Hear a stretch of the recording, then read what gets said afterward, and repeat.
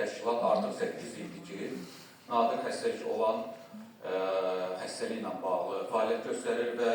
xüsusən biz gördük ki, təqdimatında bu 8 il ərzində doğrudan da böyük işlər görülür. Mən deyərdim ki, təşkilatın nümunəsində, Sadiq xanımın rəhbər etdiyi təşkilatın nümunəsində yüzlərlə bizim qeyri-hökumət təşkilatlarımız bu sahədə uğurlu fəaliyyət göstərir. Bilirsiniz ki, Azərbaycanda 4000-ə yaxın qeyri-hökumət təşkilatları var və bu 4000-ə yaxın qeyri-hökumət təşkilatlarının mən deyərdim ki, təqribən 1000-ə yaxını kifayət qədər fəal təşkilatlardır və xüsusi bir, məsələn, mənim gəldiyim qənaətə görə, məhz bu təşkilatların içində də səhiyyə yönümlü qeyri-hökumət təşkilatları xüsusi önəm daşıyır. Xüsusən bir neçə ildə Azərbaycan qeyri-hökumət təşkilatlarının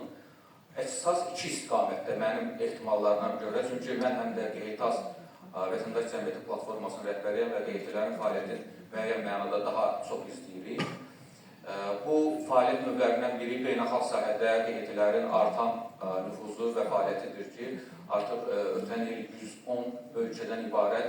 Cənub Qeyti koalisiyası yarandı Azərbaycan rəhbərliyi ilə